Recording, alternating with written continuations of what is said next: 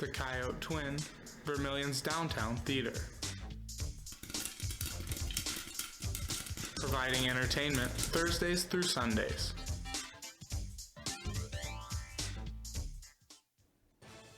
Tonight on Coyote News, students raise concerns over new dining partner, Sodexo.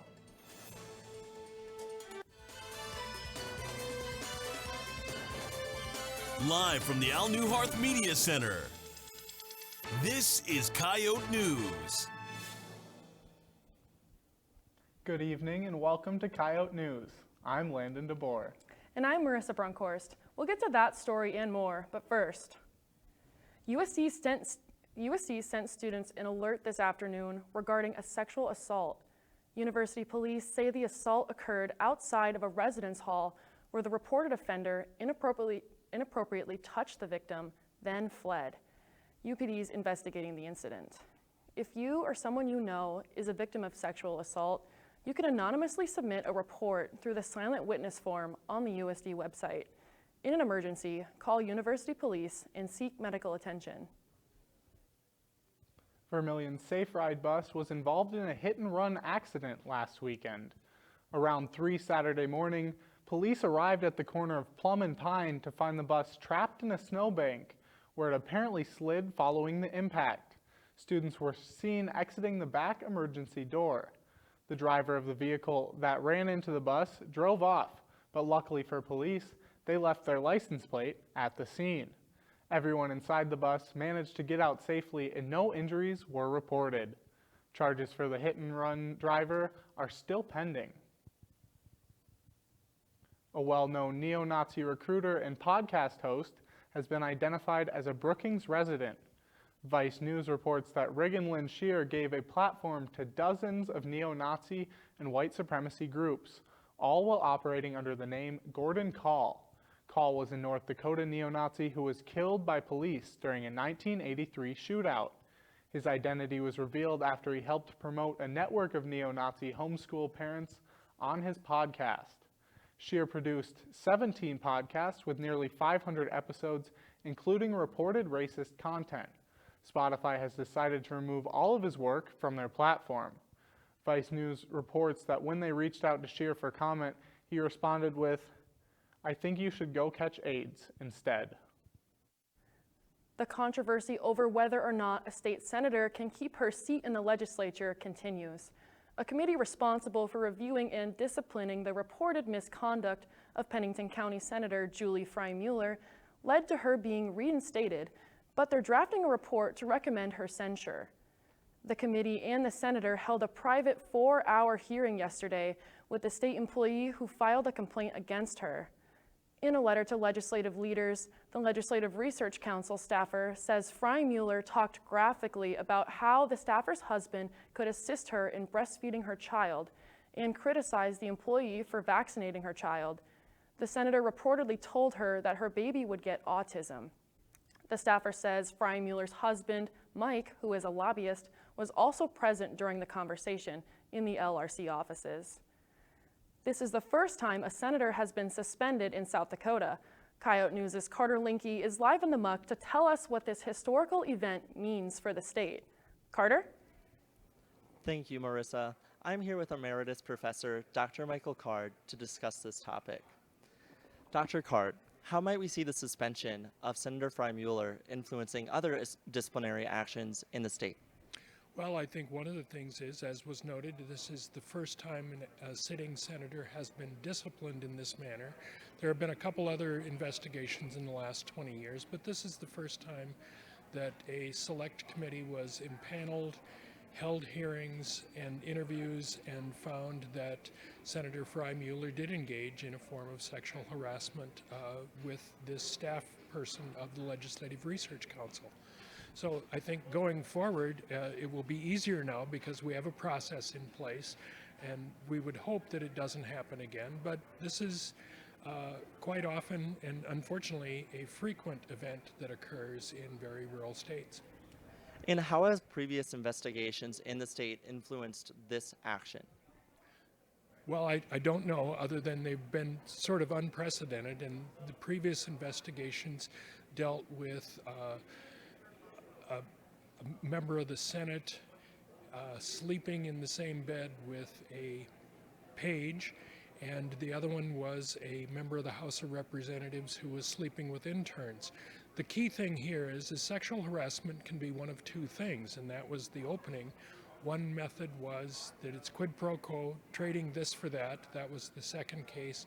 And then the other one is creating a hostile work environment where a person feels anxious and nervous and that their job might be at threat if they didn't comply and participate in the activities being suggested. And in your view, has the Senate followed standard procedure during this investigation?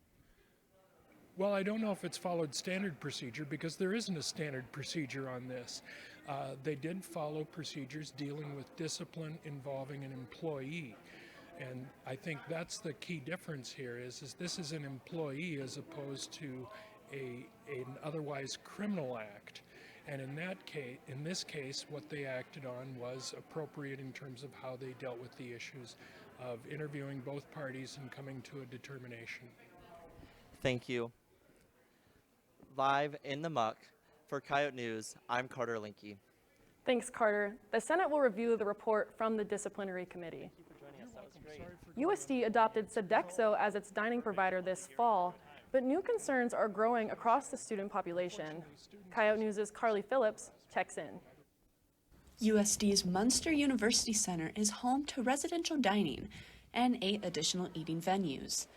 And while each dining location offers different menu items, they all share one recent change in common. They're now overseen by a new parent food provider. After its contract expired in the spring, USD made the switch to Sodexo, but the change has brought some concerns across the student body. Students like Shelby Wright aren't entirely happy with Sodexo's service. Wright says there are a few things Sodexo could improve on. I would change the performance with the vending machines in the pod. The bread one seems to always be out of food, and I don't know if that's Sodexo's fault necessarily. There have also been promises for a new ramen place, but that hasn't come yet. So I would say maybe changing their reliability a bit more.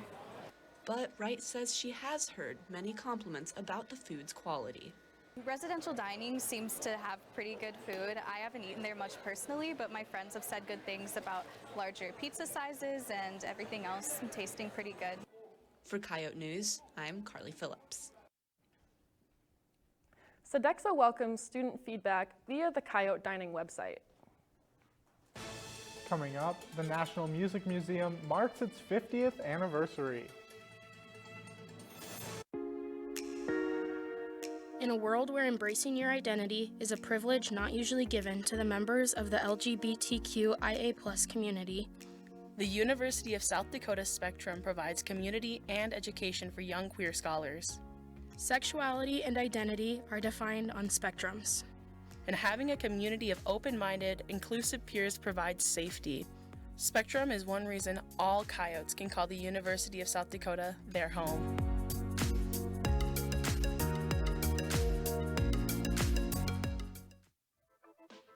Hi, I'm Quinn Guinette, president of the Anime Club. And sure, we watch a lot of anime and talk a lot about manga, but the club, it's so much more than that. It is really a place for people with similar interests to come together. This is a very relaxing environment. There are tons of snacks, places to study, and a bunch of different types of anime we see every week. We meet every Tuesday in Beacom Room 340. So please, come be a part of this community. This is Coyote News. The National Music Museum's new exhibit explores its role in the preservation of musical history. The As Good as Gold exhibit celebrates the museum's first 50 years as America's shrine to music. The museum collection includes over 14,000 instruments. The 28 featured in the current exhibit are among the most treasured by the staff. The exhibit is organized into 5 different collection periods and features a vast array of instruments, ranging from a 16th century violin to a 21st century drum constructed from a Louis Vuitton bag. The exhibit can be seen in the Groves Gallery until October. Another proposed measure limiting drag shows on college campuses was introduced in the State House of Representatives. HB 1125 seeks to amend South Dakota indecency statutes and add a definition for drag show performances, deeming them harmful to minors. Coyote News' Carter Linke is live in the muck to learn how these bills might affect USD students. Carter? Thanks, Landon. I'm live in the muck with Nix Pudsmick, Vice President of Spectrum. Nix, what are some of the most important aspects to these bills for your organization? So right now in this legislative session, there's a lot of anti-trans and anti-LGBTQ bills circulating just in general.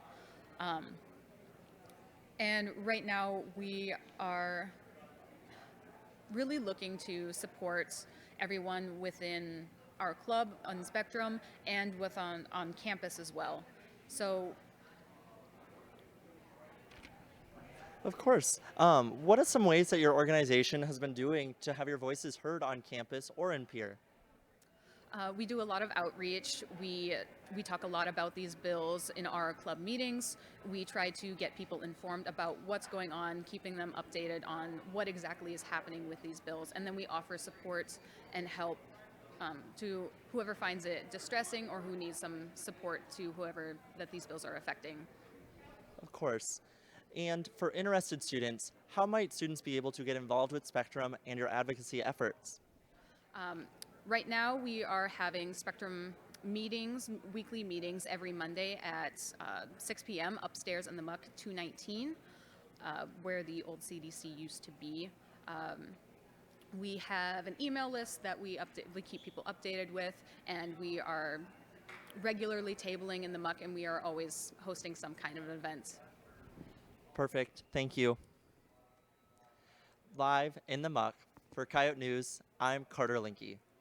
Thanks, Carter. The bill must be passed by the full House of Representatives before moving to the Senate, and Coyote News will keep an eye on it. It could be the sign of small town living to have the first baby of the year born in late January, but that's what happened last week here at Vermilion's Sanford Medical Center. Clyde Draco was born at 6 pounds and 13 ounces at 4:44 in the afternoon to parents Tyler and Gasman and his older brother Zayden.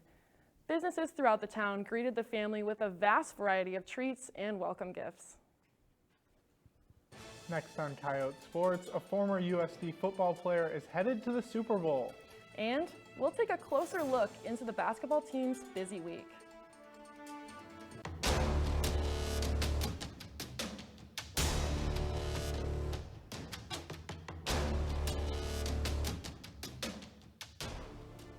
Day in and day out.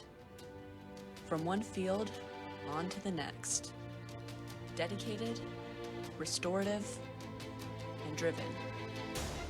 To the American farmer who represents the roots of our country, we thank you for all you do.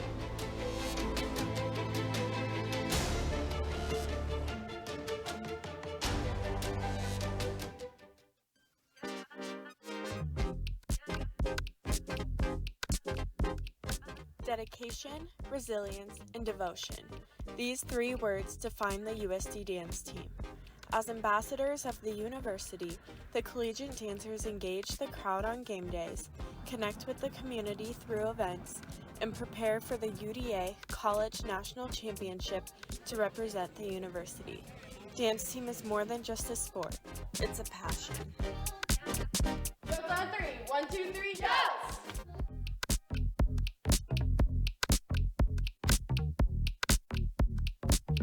This is Coyote News. There will be a South Dakota showdown at the Super Bowl. And the basketball teams play some key Summit League matchups. This is Coyote Sports. I'm Sydney Colin. And I'm Callie Connors. The Coyote-Jackrabbit rivalry takes on the national stage. Former USD linebacker Jack Cochran of the Kansas City Chiefs will face off in the Super Bowl against former SDSU tight end Dallas Goedert of the Philadelphia Eagles. The two overlapped during their time in college in the 2017 season. Goedert is slated to be a starter for the Eagles, and Cochran is primarily used on special teams. The women's basketball team hits the road to play the NDSU Bison tomorrow night. They split a pair of games over the past week. On Saturday, they played host to Summit League foe St. Thomas. Grace Larkins led the Coyotes, totaling a double-double, scoring 23 points and grabbing 10 rebounds. Despite a late comeback attempt, the Coyotes fell 70-64. Earlier in the week, they played Western Illinois. Carly Duffney was the leading scorer, tallying 20 points. Larkins was not far behind with 18 of her own. The Coyotes took this one 74-56.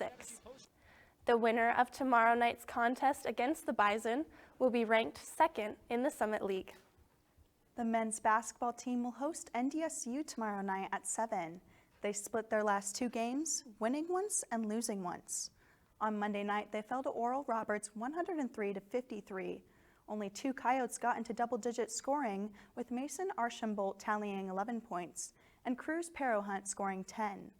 On Saturday, USD took an 81-67 win over St. Thomas. Tassos Comateros had a 20-point night along with 9 rebounds. Archambault had a team high of 6 assists. The Coyotes have just under 10 games left in the regular season. While the basketball teams are in full swing, intramural basketball has just begun. Coyote News' Carly Phillips is live in the muck to tell us more about the start of the new season of intramurals. Carly? Thanks, Sydney. I'm here live in the muck with Jake Novicki, GA for the USD intramurals and sports teams. Jake, now USD offers several different intramurals for students to take part in. What are some of your guys' most popular ones? We got very popular sports in soccer and basketball. Usually those leagues are always filled up. Just now, pickleball has become increasingly popular. Now we have the most teams that we've ever gotten. So basketball, indoor soccer, usually the other sports get pretty good praise for all that too. And now you guys are right in the middle of a season. How can students get involved if they want to be involved during the next season? The Wellness Center and intramural staff will always be promoting upcoming sports or leagues for that matter. They can just read the posters and everything that are made by a very artistic person in the back office every single day. It'll say how the details are about it, and then go to IM leagues, and people can either register themselves on a team or create a team, play with their friends, all that. And how do you think being a part of a team for intramurals here at USD, how do you think that kind of helps students gain a better experience during their college time? Well, I know that college can be very stressful, so if you make a team and you're with your friends and everything, it's just a relaxing time, especially after a hard day of classes. And finally, maybe if sports aren't really up someone's alley, students can also get involved in being a ref. How do students go about navigating that road?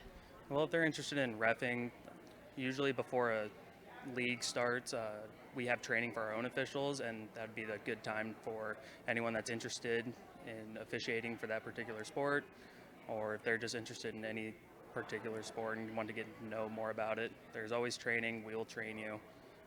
Then you'll get the hook of it, and it's super fun and easy. Jake, thank you so much.